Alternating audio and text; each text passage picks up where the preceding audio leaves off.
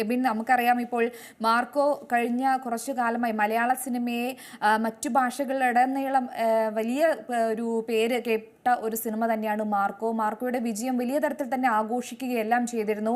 ഇപ്പോഴിതാ ചിത്രം ടെലിവിഷനിൽ പ്രദർശിപ്പിക്കാൻ പാടില്ല എന്നൊരു നിയമം കൂടെ വന്നിരിക്കുകയാണ്. ഇതിന് ഇനിയും അനുമതികൾ തേടേണ്ടിയിരിക്കുന്നു. നിർമ്മാതാക്കൾ ഇനിയും ഇതിലുള്ള വിഷ്വൽസ് കട്ട് ചെയ്യണമെന്നൊക്കെയാണ് പറയുന്നത്. ഇപ്പോൾ ഈ സമൂഹത്തിൽ നടക്കുന്ന ക്രൂര കൊലപാതകങ്ങൾക്കൊക്കെ പിന്നിൽ ഈ മാർക്കോ എന്ന സിനിമയുടെ ഒരു സ്വാധീനം വലുതാണെന്നാണ് പറയുന്നത്. ഇതിന്റെ ഒരു പശ്ചാത്തലത്തിൽ കൂടിയാണ് ഈ ഒരു നടപടി. എങ്ങനെ നോക്കിക്കാണുന്നു മാർക്കോ എന്നുള്ള ഒരു സിനിമയും ഇപ്പോൾ സമൂഹത്തിൽ നടക്കുന്ന ഈ ഒരു വയലൻസും? ഈ ഒരു സിനിമ കാരണമാണ് ഇത്രയും വയലൻസ് ഉണ്ടാവുന്നത് എനിക്ക് തോന്നുന്നത്. കാരണം കേൾക്കുന്നുണ്ടോ? കേൾക്കുന്നുണ്ട്, പറഞ്ഞോളൂ. Okay okay. കാരണം ഈ ഒരൊറ്റ സിനിമ അല്ലല്ലോ, നമുക്ക് സൊസൈറ്റിയിലെ വേറെ എത്ര സിനിമയുണ്ട്. ഈ മലയാളത്തിൽ നിന്നല്ല, വേറെ കുറെ ഇൻഡസ്ട്രിയിൽ ഒരുപാട് വയലന്റ് മൂവീസ് ഒക്കെ ഇറങ്ങുന്നുണ്ട്. സോ ഇതല്ലെങ്കിൽ കാണണമെന്നുള്ളവർക്ക് വേറെ എത്രയോ ഓപ്ഷൻസ് ഉണ്ട്, വേറെ കാണുകയും ചെയ്യും. നമ്മുടെ ഇൻഡസ്ട്രി വളരാൻ പറ്റിയൊരു ഓപ്ഷൻ ആയിരുന്നു ഇങ്ങനത്തെ ഒരു സിനിമ. ഈ ഒരു ഒറ്റ പടം കാരണം എത്ര പേര് ഈ ഒരു ഇൻഡസ്ട്രിയിൽ തന്നെ കുറെ പേര് അറിഞ്ഞിട്ടുണ്ടായിരുന്നു. ഇത് കുറെ ചർച്ച ചെയ്തൊരു പടമാണ്. സോ ഈ ഇങ്ങനെ വരുന്ന പടങ്ങളെ ഇങ്ങനത്തെ ഒരു ഇഷ്യൂ വെച്ചിട്ട് തരം താഴ്ത്തുക എന്നുള്ളത് ശരിയല്ല. മെയിൻ പ്രശ്നം കിടക്കുന്നത് സൊസൈറ്റിയിൽ അല്ലെങ്കിൽ ഈ ഗവൺമെന്റിന്റെ പ്രശ്നമാണ്, കുട്ടികളെ പ്രോപ്പറായിട്ട് ചെയ്യാത്തതിന്റെ. അല്ലാണ്ട് നമ്മുടെ ഈ സിനിമകളുടെ പ്രശ്നമാണെന്ന് എനിക്ക് ഒരിക്കലും തോന്നിയിട്ടില്ല.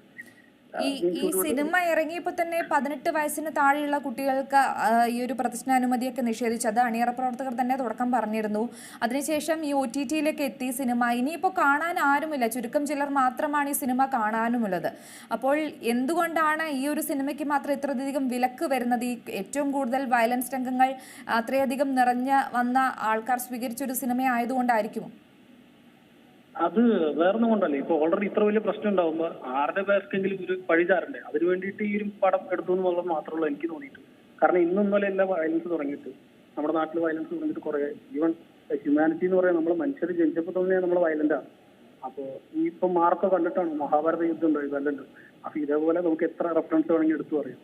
സോ ഇന്നലെ തുടങ്ങിയ പരിപാടിയില്ല മനുഷ്യന്റെ വയലൻസ് എന്നുള്ളത്. അത് നമ്മുടെ നാട്ടിൽ ഇത്രയും കൂടാൻ കാരണം ഇവിടെ ഉപയോഗിക്കുന്ന ഡ്രഗ്സും കാര്യങ്ങളൊക്കെ കാരണം. അപ്പൊ അത് തടുക്കുകയാണ് വല്ലാണ്. അല്ലാണ്ട് പടം നടത്തിട്ട് ഒരു കാര്യമില്ല. ഇപ്പൊ പടം നിർത്തിയാലും ഇതേ ഡ്രഗ്സ് ഉപയോഗം ഇവിടെ നാട്ടിൽ കൂടി വരുന്നു. സോ അതിനുള്ള സൊല്യൂഷനാണ് കണ്ടുപിടിക്കുന്നത്. അല്ലാണ്ട് ഇത്തരത്തിലുള്ള സിനിമ എന്നുള്ള ജസ്റ്റ് ഒരു എന്റർടൈൻമെന്റ് പർപ്പസിനാണ്. ഒരു ലാർജർ ദാൻ ലൈഫ് സെറ്റപ്പ് എന്നുള്ള റിയൽ ലൈഫിൽ നമുക്ക് പറ്റാത്തത് നമ്മൾ സിനിമയെ കൂടെ കണ്ട് ആസ്വദിക്കണമെന്ന് മാത്രം. അത് കാണുന്ന അല്ലെങ്കിൽ അത് ഇഷ്ടപ്പെടുന്ന ആൾക്കാർക്ക് മാത്രമേ അത് കാണാനും ഉള്ള അനുമതിയും കൊടുത്തിട്ടുള്ളൂ. അവരാണ് ഇത് ഇഷ്ടപ്പെട്ട് കണ്ടിട്ടുള്ളത്. അതുകൊണ്ട് ആ സിനിമയെ വിലക്കിയിട്ടൊരു കാര്യമില്ല. അതിന് പകരം ഈ പറയുന്ന ഡ്രഗ് യൂസിനെ കുറയ്ക്കുക എന്നുള്ളതാണ് ഏക സൊല്യൂഷനായിട്ട് എനിക്ക് തോന്നിയിട്ടുള്ളത്. ഈ സിനിമ എന്ന് പറയുന്നത് പോസിറ്റീവായും നെഗറ്റീവായും ആളുകളെ അല്ലെങ്കിൽ കുട്ടികളെ അല്ലെങ്കിൽ മുതിർന്നവരെ എല്ലാം ഒരുപാട് ഇമോഷണലി കണക്ട് ചെയ്യുന്ന ഒരു ഘടകം തന്നെയാണ്. അത് നമുക്കൊരിക്കലും അല്ല എന്ന് പറയാൻ പറ്റില്ല. പക്ഷേ ഈ ഒരു സമൂഹത്തിൻ്റെ പ്രതിഫലനമാണ് സിനിമ എന്ന് പറയുന്നത്. നമുക്കതിനെ ശരിയാണോ അല്ലെങ്കിൽ തെറ്റു പറയാൻ സാധിക്കുമോ? അല്ല, ഞാൻ പറഞ്ഞില്ലേ, ഈ ഒരു സിനിമ കണ്ടിട്ട് അത് ചെയ്യാൻ ഇങ്ങനെ ഒരാൾ ഒരു ആക്ട് ചെയ്യണമെങ്കിൽ ആ സിനിമ കണ്ടിട്ടല്ല, അതിന് പുറകിൽ വേറെ കുറെ ഫാക്ടേഴ്സ് ഉണ്ട്. പെട്ടെന്നൊരു ദിവസം ഒരു റേപ്പ് സീൻ കണ്ടു എന്ന് പറഞ്ഞാൽ ആരും പോയി റേപ്പ് ചെയ്യില്ല. ആ ആളുടെ ഇതേപോലെ നമുക്ക് സിനിമയിൽ നിന്നും ഡോക്യുമെന്ററീസിൽ നിന്നൊക്കെ കുറെ നമുക്ക് റെഫറൻസ് കിട്ടുന്നുണ്ട്. ഈവൻ പോലീസ് FIRസിൽ തന്നെ പറയുന്നുണ്ട് അവരുടെ സൈക്കോളജി, അതാണ് മെയിൻ പ്രശ്നം. അതാണ് ചർച്ച ചെയ്യുന്നത്. അല്ലാണ്ട് ഇപ്പൊ എത്ര പേര് ഇന്ത്യയിൽ തന്നെ മാർക്കോ കണ്ടിട്ടുണ്ട്. ഇവരെല്ലാവരും പോയിട്ട് വയലന്റ് ആയിട്ട് എല്ലാവരും നല്ല കുത്തിക്കൊല്ലേ ഒന്നും ചെയ്തിട്ടില്ല. വളരെ ചുരുക്കം ചില ആൾക്കാർ മാത്രമേ ചെയ്തിട്ടുള്ളൂ. അവരും ഈ പടം കണ്ടിട്ടല്ല, അത് ജസ്റ്റ് ഒരു ട്രിഗറിങ് ഫാക്ടർ ആയിട്ടുണ്ടാവും, ശരിയാണ്. പക്ഷെ എവിടെ നിന്നാണ് അതിന് മൂലകാരണം എന്നുള്ളത് മനസ്സിലാക്കി അവിടെ തിരുത്താണ് വേണ്ടത്. അല്ലാതെ ഇതിനെപ്പറ്റി ചെയ്തിട്ട് അല്ലെങ്കിൽ ഇതിനെപ്പറ്റി ചർച്ച ചെയ്യുന്നത് വെറുതെ അനാവശ്യമായിട്ടാണ് എനിക്ക് തോന്നിയിട്ടുള്ളത്.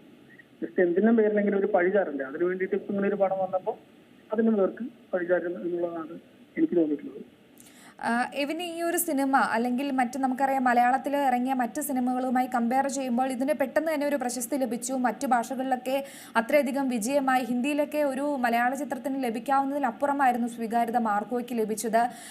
തെലുങ്ക്, കന്നഡ ഭാഷകളിലൊക്കെ മികച്ച വിജയം നേടി. തമിഴിലൊക്കെ വളരെ ഒരു ഫാൻ തന്നെ, വലിയൊരു ലോകം തന്നെ ഉണ്ണിമുകുന്ദന് ക്രിയേറ്റ് ചെയ്യാൻ വേണ്ടി പറ്റി. അപ്പോൾ എങ്ങനെ നോക്കിക്കാണുന്നു ഈ ഒരു സിനിമയെ അല്ലെങ്കിൽ സിനിമയുടെ ഒരു പശ്ചാത്തലം? ഇത്തരത്തിലുള്ളൊരു സിനിമകൾ തന്നെയാണോ യുവതലമുറ ഇനിയും ആസ്വദിക്കാൻ താല്പര്യപ്പെടുന്നതും? അല്ല, ഈ സിനിമ വന്ന വഴി ഞാനത് പറയുകയാണെങ്കിൽ ഇപ്പോൾ നമുക്ക് ഇന്ത്യ എന്നല്ല മറ്റു ഭാഷ സിനിമകളിലൊക്കെ ഇപ്പോൾ കൊറിയനും ഇംഗ്ലീഷ് സിനിമകളിലൊക്കെ തന്നെ ഒരുപാട് വയലന്റ് ആയിട്ടുള്ള പടങ്ങളുണ്ട്. അങ്ങനെ ഒരു പടം നമ്മുടെ നാട്ടിൽ അല്ലെങ്കിൽ നമ്മുടെ ഇൻഡസ്ട്രിയിൽ ഓഡിയൻസ് കാണില്ല, അത് അങ്ങനത്തെ ഒരു പടം എടുക്കാനാരും തയ്യാറാവില്ല എന്നൊക്കെ വിചാരിച്ചിരിക്കുന്ന സമയത്താണ് അങ്ങനെ ഒരു പടം വന്നത്. അതുകൊണ്ടാണ് അതിന് സ്വീകാര്യതയുള്ളത്. ഇതേപോലെ തന്നെ ഇതിന്റെ അതേ വർഷം തന്നെ ഇറങ്ങിയ പടമാണ് ഹിന്ദിയിൽ കില്ലെന്നൊരു പടം. ഇതേപോലെ ഒരുപാട് സിനിമകളിൽ പണ്ട് മുതലേ നമ്മൾ സിനിമകളിൽ വയലൻസ് കാണിക്കാറുണ്ട്, ആക്ഷൻ സീക്വൻസുകൾ കാണിക്കാറുണ്ട്. അത് കുറച്ചും കൂടി ബ്രൂട്ടലായിട്ട് കുറെ കൂടി എത്രയാണ് റിയൽ ലൈഫിനോട് അടുത്ത് കാണിക്കാൻ പറ്റുക ആ രീതിക്ക് കാണിച്ചത് മാത്രമുള്ള ഈ സിനിമയ്ക്ക് പ്രശ്നം. സോ ഇതൊരു പ്രശ്നമായിട്ട് എനിക്ക് തോന്നിയിട്ടില്ല. ഈ മാർക്കോ അതിലെ വിജയം എല്ലാവരും ആസ്വദിച്ച ഒരു ഘടകം തന്നെയാണ്. പക്ഷേ അതിൽ ചൂണ്ടിക്കാട്ടുന്ന അല്ലെങ്കിൽ അതിലെ കുറച്ച് ദൃശ്യങ്ങളൊക്കെ ഒഴിവാക്കാമായിരുന്നു എന്ന് തോന്നിയിട്ടുണ്ട്. കാരണം അവർ തന്നെ ഈ സർട്ടിഫിക്കറ്റുമായി ബന്ധപ്പെട്ട് കുറേയധികം ഭാഗങ്ങൾ കട്ട് ചെയ്തിരുന്നു. എന്നാൽ OTT-യിൽ എത്തുമ്പോൾ ഇതെല്ലാം ഉണ്ടാകുമെന്ന് പറഞ്ഞിരുന്നു. പക്ഷേ ചില കാരണങ്ങൾ കൊണ്ട് അത് ആ സമയത്ത് നിർമ്മാതാക്കൾ അത് അണിയറ പ്രവർത്തകരെല്ലാം മാറ്റി നിർത്തിയാണ് OTT-യിലും ചിത്രം ഇറങ്ങിയത്. അപ്പോൾ എന്ത് തോന്നുന്നു, ആ ഒരു കട്ട് ചെയ്ത ഭാഗങ്ങളെല്ലാം കൂടെ ചേർന്നിരുന്നെങ്കിൽ ഈ സിനിമ എങ്ങനെ കാണുമായിരുന്നു? ഇനി ഈ മാർക്കോ ഇനിയും കട്ട് ചെയ്ത് ഇറങ്ങിയാൽ മാർക്കോ ഏത് രീതിയിലായിരിക്കും എത്തുക? അല്ല, ആ ഒരു സിനിമയുടെ ഒറിജിനൽ ഫോർമാറ്റ് ഉണ്ടല്ലോ, ആ ഒരു ഡയറക്ടറും ഇതിന്റെ പ്രൊഡ്യൂസേഴ്സും അതിന്റെ ക്രൂ മുഴുവൻ ഉദ്ദേശിച്ച സാധനം അത് അതേപോലെ തന്നെയാണ് എപ്പോഴും ഡെലിവർ ചെയ്യുന്നത്. ഇപ്പൊ ഈ സെൻസർ ബോർഡ് തന്നെ പ്രശ്നമാണ്. കാരണം നമ്മൾ ഉദ്ദേശിച്ച സാധനം നമുക്ക് അതേപോലെ കിട്ടുന്നില്ല. ഇപ്പൊ ഞാൻ പറഞ്ഞു, ഈ സിനിമയ്ക്കല്ല, ഇതുപോലെ ഇങ്ങനത്തെ മോഡിലുള്ള വയലന്റ് മൂവീസ് വേണമെന്നുള്ളവർക്ക് വേറെ എത്രയോ ആക്സസ് ചെയ്യാൻ പറ്റുന്ന വേറെ എത്രയോ സിനിമകൾ നമ്മുടെ ഇപ്പോൾ OTT പ്ലാറ്റ്ഫോംസിലും ഇന്ത്യയിൽ തന്നെ കുറെ അവൈലബിൾ ആണ്.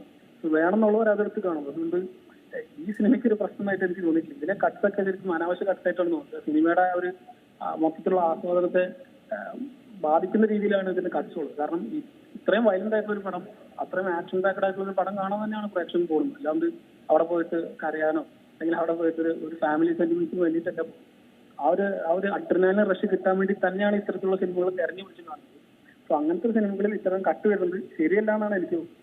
ഏറ്റവും പുതിയ വാർത്തകളും വിശേഷങ്ങളും വിരൽ തുമ്പിലറിയാൻ സീ മലയാളം ന്യൂസ് എല്ലാ ഡിജിറ്റൽ പ്ലാറ്റ്ഫോമുകളിലും ലഭ്യം.